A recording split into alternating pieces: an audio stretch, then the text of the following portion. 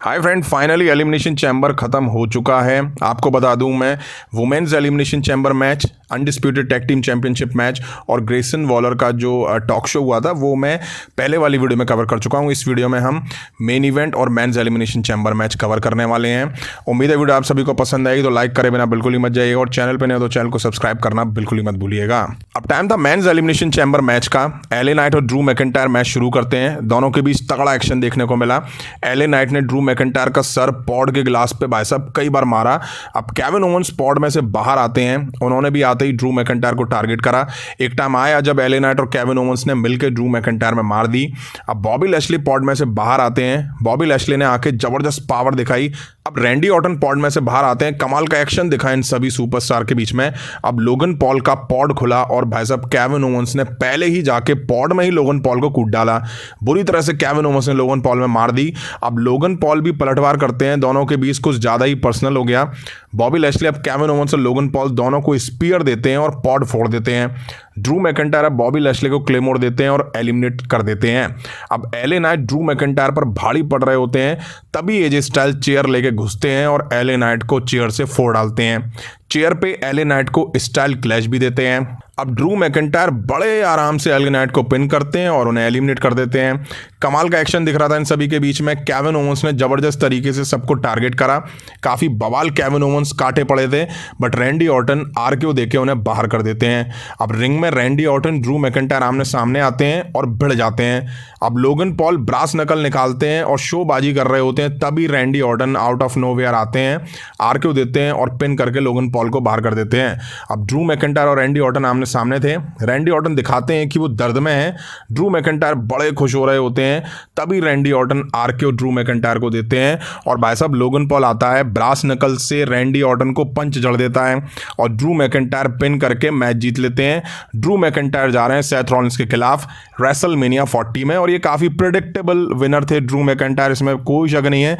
मेरी प्रेडिक्शन बेशक 3000 व्यू उठा पाई हो, लेकिन जितने भी लोगों ने देखा है उन्हें पता होगा कि मैंने उसमें क्या प्रेडिक्ट करा था। अब इसके बाद हमें ट्रिपल एच दिखाई दिए। ट्रिपल एच आके बोलते हैं, मैं यहाँ एक पल के लिए आना चाहता था, शुक्रिया करना चाहता हूँ WWE की तरफ से, हर WWE सुपरस्टार की तरफ से। आपने हमें बुलाया यहाँ, अपने हमारा ध्यान दिया। ऑप्टस एरिना के लिए थैंक्स। मैं बताना चाहता हूँ 52,590 फैंस यहाँ शामिल हैं, मतलब कि 52,590 फैन शामिल हैं। भैया पायरो तो जम के WWE ने फोड़े हैं एलिमिनेशन चैम्बर में। मुझे लगता है यूएस में नहीं फोड़ पाते हैं तो सारी कमियां यहीं पूरा कर गए। ऐसा लगा जैसे रेसलमेनिया भी फेल कर दिया पायरो से। अब टाइम था रेहा रिप्लाई वर्सेस नाया जैक्स के बीच वुमेन्स टाइटल मैच का। रेहा रिप्लाई ऑस्ट्रेलियन है और Nia Jax by birth Australian है। दोनों के बीच मैच शुरू हुआ और रेहा रिप्लाई ने नाया जैक्स को धोना शुरू करा। अब नाया जैक्स पलटवार करती हैं और टूट पड़ती हैं। नाया जैक्स अब रेहा रिप्लाई को मसलना शुरू कर देती हैं। जबरदस्त एक्शन दिखा इन दोनों वुमेन्स के बीच में, खूब चिल्लम चिल्ली सुनाई दी इन दोनों के बीच में। नाया जैक्स ने कमाल की पावर दिखाई, पकड़ के रेहा रिप्लाई को रिंग के बाहर फेंका और अनाउंस टेबल पे समन ड्रॉप दे दिया। टेबल टूटी नहीं तो नाया जैक्स ने चेयर पे चढ़ के भाई साहब एल्बो ड्रॉप दिया रेहा रिप्लाई को, टेबल फोड़ डाली। अब रेहा रिप्लाई ने नाया जैक्स को सुपर प्लेक्स दिया और रिप्टाइल देके पिन करा और मैच जीत लिया रेहा रिप्लाई ने और टाइटल यहाँ रिटेन कर लिया। यहीं आज का elimination chamber pay per view and हुआ। अब भाई साहब बात कर लेते हैं सबसे पहले सरप्राइजेस की। तो सरप्राइजेस यहाँ पे कुछ नहीं देखने को मिले, कुछ भी देखने को नहीं मिला। हाँ, मेंस एलिमिनेशन चैम्बर मैच में एजे स्टाइल घुसे, लोगन पॉल की वजह से रैंडी ऑर्टन बाहर हुए, ये बस चीज़ें हमें देखने को मिली। इससे ज़्यादा कुछ भी देखने को नहीं मिला। रॉक आएंगे, रोमन रेंज आएंगे, सबकी हवा निकल के रह गई कि कुछ बड़ा सरप्राइज दिखेगा। खुद ट्रिपल एच ने बोला था कि भाई कुछ बड़ा सरप्राइज देखने को मिलेगा।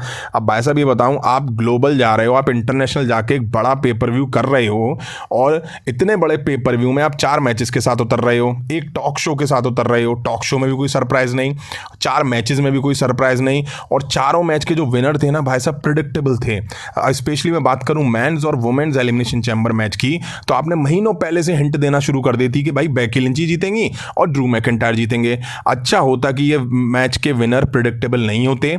अगर मैच के विनर प्रेडिक्टेबल हैं तो बाकी के और जो सुपरस्टार हैं उनके साथ ये नाइंसाफ़ी है, बिल्कुल नाइंसाफ़ी है। इससे बढ़िया आप मैच मत कराओ, डायरेक्ट ही विनर बना दो तो ज़्यादा अच्छा है। मैं फिर एक बार बोल रहा हूँ, WWE ट्रिपल एच के टाइम में बहुत ही ज़्यादा प्रेडिक्टेबल हो चुकी है।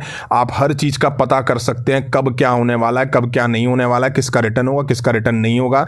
अब आप देख लो, मैंने आपसे काफ़ी पहले कहा था कि बेकी लिंच और ड्रू मैकिंटायर जीतेंगे। मैंने आपको अभी कल की प्रेडिक्शन वीडियो में भी बोला था कि हाँ बेकी लिंच और ड्रू मैकिंटायर जीतेंगे, और वैसे ही हमें देखने को मिला है। उम्मीद है वीडियो आप सभी ने यहाँ तक देखी होगी। पसंद आई है तो लाइक करें, चैनल पे नए हो तो चैनल को सब्सक्राइब करना बिल्कुल मत भूलिएगा। मिलता हूँ जल्दी नेक्स्ट वीडियो में। Thank you.